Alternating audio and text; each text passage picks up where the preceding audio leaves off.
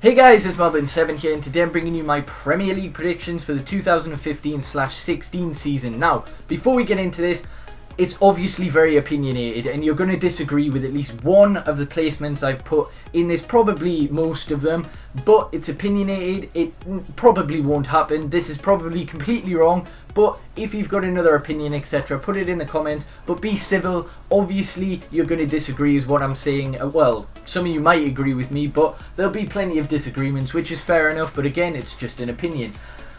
Also, on screen now, you can see the code for my fantasy league. If you do play that, you can join my league. The code is there. It's in the description. I'll have prizes. I'll bring a video out for the top 3. It'll probably be FIFA coins, obviously getting bigger from 3rd, 2nd and 1st. So I'll do a video on that. But if you want to join, there's the code on screen now and in the description.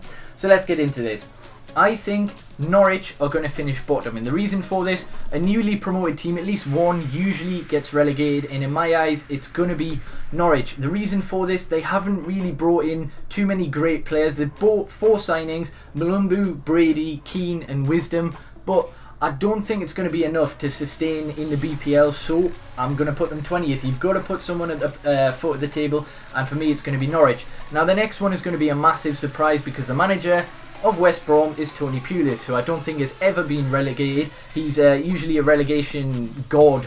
He never gets relegated, but I think he will this season. They've only made 3 signings: Chester, McLean and Ricky Lambert. If Ricky Lambert's fit and they keep Berahino, that's another key point. Then maybe they can stay up, but for now I've got them 19th. Obviously this is made on the 6th of August, so the transfer market has not ended, so there'll probably be bigger names etc. coming in for players as the season, as the transfer window develops. But as of now, before the kick-off, this is my predictions. The next team, we've got Leicester. They've got a new manager. They've lost Cambiasso, and I think for that reason they're going to struggle this season. They had an amazing wonder comeback where they somehow escaped relegation last season, but I don't think they're going to do it this season. They brought in players, but again, I think they're going to get relegated.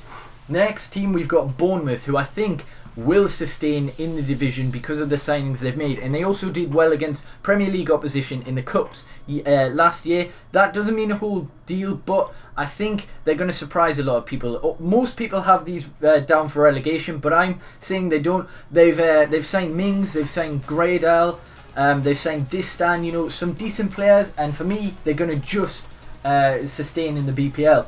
The next team, we've got another newly promoted team, Watford. Again, I think they've made some quality signings. They've bought Diego Perotti, Kapui, Barami. I can't even pronounce it. Geez. They've made some really good signings, Holbass, and I think they're going to stay in the division. I think they're going to come 16th, and they're going to be kind of a surprise team. The next team, we've got Sunderland, who again I think will just get a bottom half finish, nothing too extraordinary, but they won't get relegated in my opinion. They've made a couple of decent signings, Jens and Kabul being the 2 best, Coates and Matthews, their other 2 signings. The next team, we've got Newcastle, who have invested this year, which is kind of surprising. Mike Ashley usually doesn't, but he's brought in 3 very good players: Mitrovic, Wijnaldum and Mbemba, but it's going to take them a while to gel. I'm going to say if they get another signing, they're linked with Shaqiri. If they get him, then they might finish top 10. But for now, I think it's going to be a building block for them. Next year, they might be able to break into the top 10, but for now, I'm going to say 14th. The next team, we've got Crystal Palace, who are managed by Alan Pardew, obviously. And again, I think they're just going to finish in the bottom half. They made some decent signings. Johan Cabaye is a player, if they can keep fit, could maybe get them into the top 10, but there's so many teams competing for it. So they bought Connor Wickham, who I think is a little bit overpriced. And yeah, well, they've brought in Bamford, who I think will do fantastically well. But you know, it's going to be like a Benteke for Aston Villa. He scores loads of goals, but some of the other team, they've got Balassi, etc. So I don't know. Maybe they'll finish higher, but I've got them as 13th. The next team, we've got Aston Villa, a team who I think have confirmed their new manager. I'm not sure who it is. I didn't check, but I think they've confirmed it in the last 1 or 2 days. And yeah, they brought in some really good players. Ayew, Verito, they've brought in Amavi, etc. And I think, well, I've already said Ayew. So yeah, I think they're going to do very well and are going to challenge for that top 10, but I think are going to finish 12th. Next team, we've got Stoke, completing the bottom half. And again, they're a very solid team.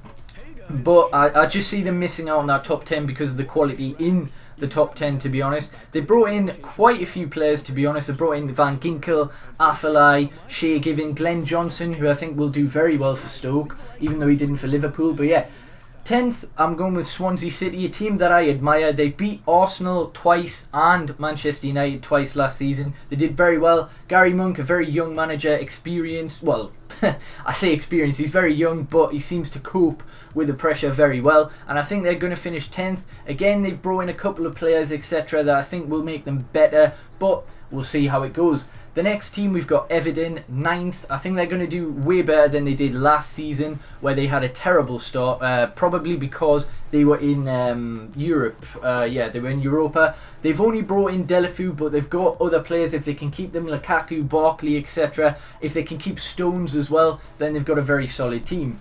8th, I'm going to have Southampton. Now, a lot of people are, again, like last season, predicting them to finish a lot lower because they've lost Schneiderlin, they've lost Klein, etc. But in my eyes, they've bought very, very well. They've brought Steven Corker in, they brought Jody Classy in, Stecklenburg, they've got a lot of experience. They covered the gaps, they brought in Soers, and I think they're going to do very well. Junami as well, I think that's how you say it. So I think they're going to come 8th. And now a team that I think has done one of the best teams in the Premier League for signings this season, in my opinion.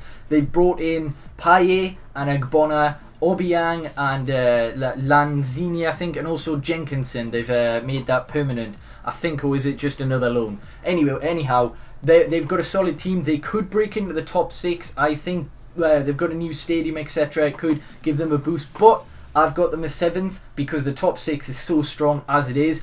And 6th, I've got Spurs. I'm sure a lot of people do. This is a very hard one to predict because if they lose a couple of players, then they might fall back. But if they get another couple of players in, then they might finish slightly higher. I don't think they've brought in too much at the minute. I think they've brought in Anderweireld, who is a very good signing. They've brought in Wimmer and Trippier, so they've improved their defence. And I think because of that, they're going to concede a lot less. And I think they're going to come 6th, even though they came 5th last season, but a lot of other teams struggled. 5th, we've got Liverpool, who could break into the top 4. Their signings have been very, very good. I'm not going to deny it, but the top 4 are so strong, it's very hard to get in there. They've brought in Firmino, they've brought in Klein, they've brought in Benteke, Milner, who's a very good signing in my opinion for free. Also Danny Ings, etc., Bogdan. So I think they're going to finish 5th. They've got a chance of getting into the top 4, but I just don't think they're going to do it. Now, the top 4 could be any order. It is so hard to determine. If a team like Arsenal goes out and signs Benzema, maybe they'll win the title. But for now, I've got Man City as 4th. They're linked to De Bruyne, they're linked to Isco. If they get these, then it's going to make them stronger. So maybe they'll finish higher. But like us, I think they've got a really flimsy defence. I think it's even worse than ours, to be honest, because of their centre-backs. Company's denatured a bit. Mangala hasn't hit the heights. Maybe he will this season. Demichelis getting on a bit, and I don't really... Well, they've got Boyata, but I don't know if... Danier, I think, but I don't know if he's getting loaned out. They've obviously brought in Delph, Sterling, Roberts, a lot of English players, so we'll see what they do, but I think they're going to finish 4th. 3rd, again, if they sign Benzema, then maybe they can win the league, but in my eyes, they don't have Arsenal. They've only brought in Petr Cech, a very good signing, very, very good. But I would have thought a striker, maybe even a CDM backup for Coquelin and a centre-back would have been prioritised ahead of a goalkeeper. I didn't think that was like the main area of focus for Arsenal. But they've got one of the best goalkeepers in the Premier League. But I think they need a striker and a centre-back for them to fully challenge for the title. So I've got them as 3rd. And yes, people will be calling me biased for putting Manchester United 2nd, but I generally do believe we're going to do that. People talk a lot about our defence, and I think they make it out to be worse than what it is. Alright, it's not as bad. If we can keep Smalling and Rojo fit, even if we don't get a centre-back, then I think that's a decent partnership. It's when we've got to delve in and use players like Blind as a centre-back.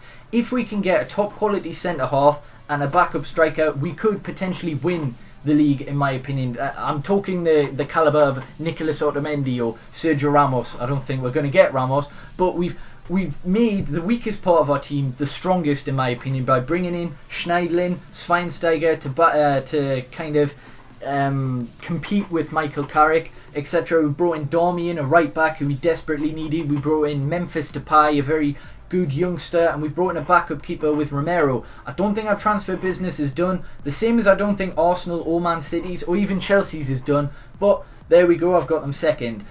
And to win the league, we've got Jose Mourinho's Chelsea. I think they are the strongest unit. They might have had a poor pre-season, but their team is so strong. They've brought in Falcao as a third choice striker behind Remy and Costa, in my opinion. They've bought Begovic, a good replacement for Cech as a backup goalkeeper. And they've also brought in Nathan, and I don't think he's probably going to be loaned out, but they've got a strong enough team as it is, and I think they will win the league. Again, Man City, Arsenal, or Manchester United could all win the league if they make a couple more signings, in my opinion. It's going to be really close this year. A lot of teams have made some outstanding signings throughout the league, all 20 positions, so it's very hard to pinpoint where they're going to finish, but this is my predictions. Let me know what you think, and yeah, peace.